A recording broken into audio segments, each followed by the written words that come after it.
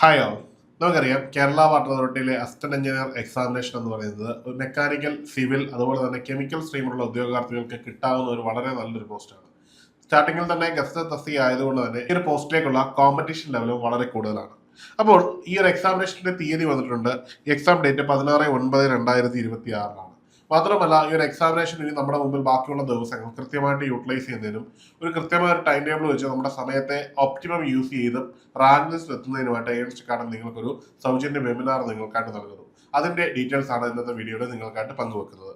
ആദ്യമായിട്ട് എക്സാമിനേഷൻ്റെ ഓവർവ്യൂ നോക്കാം. ഈ ഒരു എക്സാമിനേഷനെ പറ്റി പറയുകയാണെങ്കിൽ ഇതിനോടകം തന്നെ 30,022 പേരാണ് നിലവിലെ മുഴുവൻ ആപ്ലിക്കൻസ്.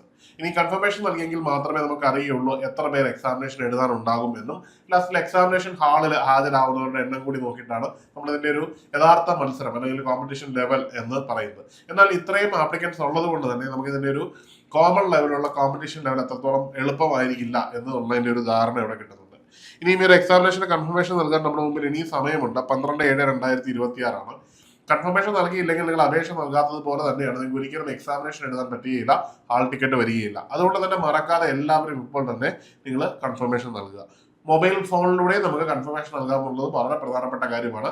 മെസ്സേജ് കാണുമ്പോൾ അല്ലെങ്കിൽ ഈ വീഡിയോ കാണുമ്പോൾ തന്നെ നിങ്ങൾ PSC ലോഗിൻ ചെയ്ത് നിങ്ങൾ കൺഫർമേഷൻ നൽകി ഇപ്പോൾ തന്നെ ഉറപ്പുവരുത്തുക. അടുത്തായിട്ട് ഇതിന്റെ സിലബസിൽ വരുന്ന കണ്ടന്റുകളാണ് നോക്കാൻ പോകുന്നത്. പ്രധാനമായിട്ടും 4 മേഖലകളിലായിട്ട് വെയിറ്റേജ് വന്നുകൊണ്ട് 25 മാർക്ക് വീതം ഡിവൈഡ് ചെയ്തുള്ള ഒരു ഈക്വൽ വെയിറ്റേജിൽ വരുന്ന ഒരു എക്സാമിനേഷൻ ആണ്. സിവിലുകാർക്ക് 25ന്റെ വെയിറ്റേജ് ഉണ്ട്. സിവിൽ സ്ട്രീമിൽ നിന്ന് 25 മാർക്കിന്റെ ചോദ്യങ്ങൾ ഉണ്ടാവും.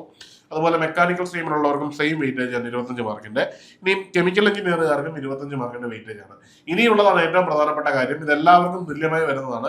വളരെ ഫോക്കസ് ചെയ്ത് ഈ ഒരു മേഖലയായിരിക്കും ഒരുപക്ഷെ നിങ്ങളുടെ റാങ്കിനെ ഡിറ്റർമിൻ ചെയ്യുന്നത്. അതായത് ജോബ് റിലേറ്റഡ് ടോപ്പിക് എന്ന് പറയുന്നത് 25 മാർക്കാണ്. വളരെ എന്താ പറയുന്നത്, ഇക്വാളിറ്റി മെയിൻറ്റെയിൻ ചെയ്തൊരു സിലബസ് ആയതുകൊണ്ട് തന്നെ എല്ലാവർക്കും, അതായത് 3 സ്ട്രീമിലുള്ള ഉദ്യോഗാർത്ഥികൾക്കും ഒരേ വെയിറ്റേജ് ആണ് വരുന്നത്.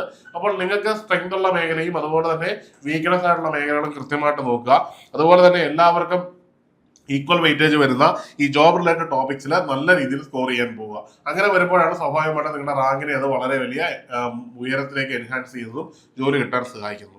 ഇനി ഏറ്റവും പ്രധാനപ്പെട്ട കാര്യം ഈ വെബിനാർ ആണ്. നമ്മൾ നിങ്ങൾക്കായിട്ട് നൽകുന്ന വെബിനാർ 70 ദിവസം കൊണ്ട്, ഇനി നമ്മുടെ മുമ്പിൽ 70 ദിവസങ്ങളാണ്, 70-75 ദിവസങ്ങളുണ്ട്. ഈ 70 ദിവസം എങ്ങനെ കൃത്യമായിട്ട് യൂട്ടിലൈസ് ചെയ്യാമെന്നും ഇതിൽ നൽകിയിരിക്കുന്ന 4 മേഖലകളെയും എങ്ങനെ കൃത്യമായിട്ട് ചൂസ് ചെയ്ത് റാങ്കിന്റെ ടോപ്പിലേക്ക് എത്താമെന്ന് സഹായിക്കുന്ന രീതിയിലാണ് നമ്മൾ നിങ്ങൾക്കായിട്ട് വെബിനാർ നൽകിയിരിക്കുന്നത്.